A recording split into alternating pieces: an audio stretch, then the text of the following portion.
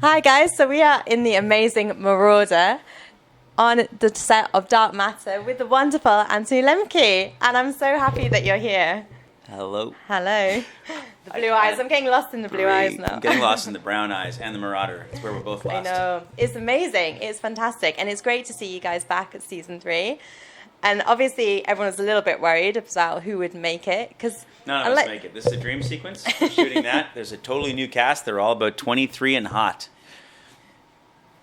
But you're hot. So that's I'm fine. not 23. Not 23?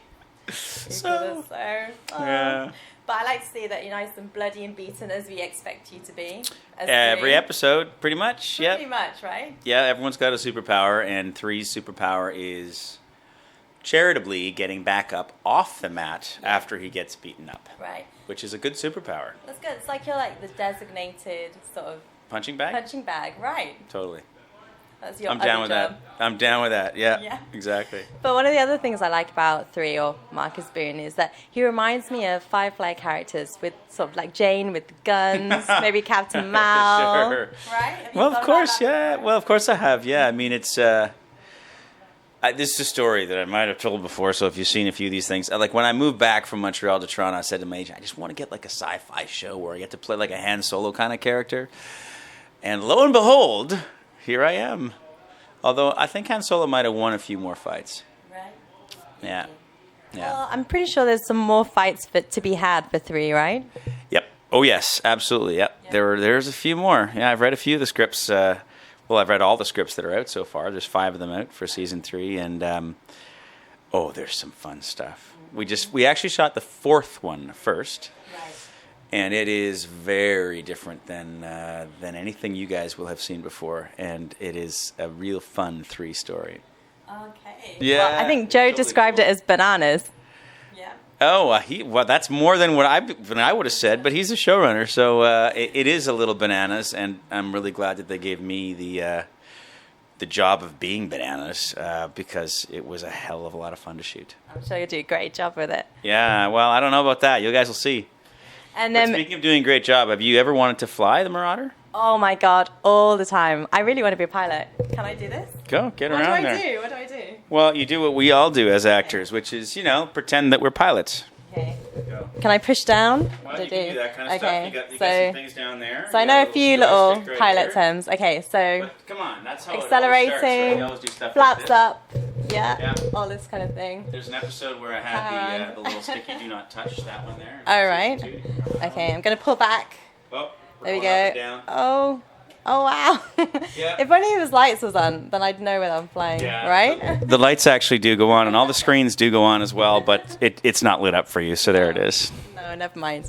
But I have to ask you, because when I was seeing you back in season 3, we know that the last time we saw you was with Anders, so it looks like you're going to start off with Anders again.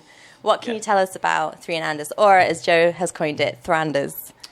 Well, there's many gay love scenes, and no, you say that like it is actually. We kind of figured. Yeah. That's the bananas episode 4. It's all, 3 needs to raise a little money for the crew, so he doesn't have many skills, and he decides he'll go into gay porn.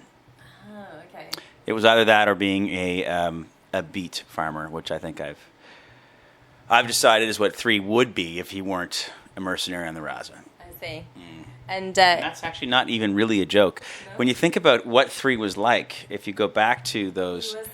exactly. So probably he would be a beet farmer. So he could go back to his original farm, maybe. That's right. And that way he gets to lay the beet on somebody. Or something. There's a joke there somewhere I was trying for. Anyway, didn't work. And I like how 5 beats you up quite a lot. So what's your... I just let her beat me up. You just let her, like your little sister. Yeah, I know. She did get me once, like, right there. A little bit. So what's the relationship like between 3 and 5 this season? There haven't been a lot of episodes between 3 and 5, but that I've seen in terms of, like, the way episode 11 was in season 2. But it's my favorite relationship that 3 has with any of the other members of the crew, and I love how it is the only relationship really on the ship that's you can't really place. Is it like brother sister? Is it father-daughter? Is it, the older annoying uncle? Is it like, what is it, Most of the other relationships are pretty clear, and they never really change, right? And in some ways, they kind of almost feel like they're these sort of brother and sister sort of separated by many years, but they have a very similar kind of past. But I love working with Jodelle, and I always love the dynamic between 3 and 5. So hopefully there'll be lots more episodes of that. Hopefully. Yeah. And the other thing I have to ask you is I've heard on set that you and Roger Cross are kind of like the naughty twins on here. Oh, really? What have you been up to? Well, I can't disclose any of that stuff. Are we shooting? Oh, we're shooting. Okay. I'll be back. Thank you so much. Why don't you bring me... I just feel like taking off this damn corset that I've got on. Oh, yeah, sure. But I can't, because I have to take off all my clothes to do that. Quiet.